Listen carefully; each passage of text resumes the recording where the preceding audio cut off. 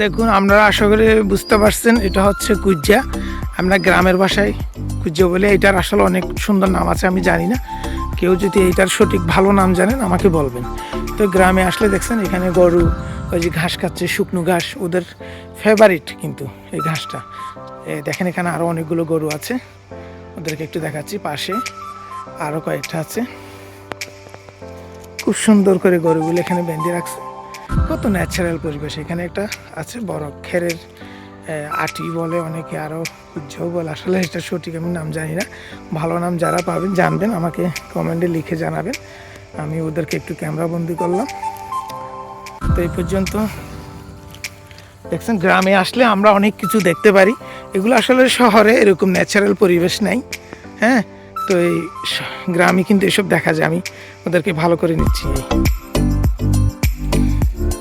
এই গরুটা তাকায় আছে। এই তুমি হচ্ছে বিরিশ গরু না গরু, বলদ গরু? ওটা তো বিরিশ গরু।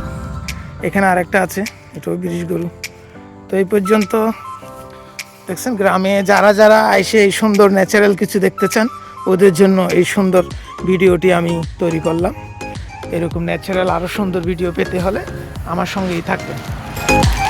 এই পর্যন্ত সবাইকে ধন্যবাদ।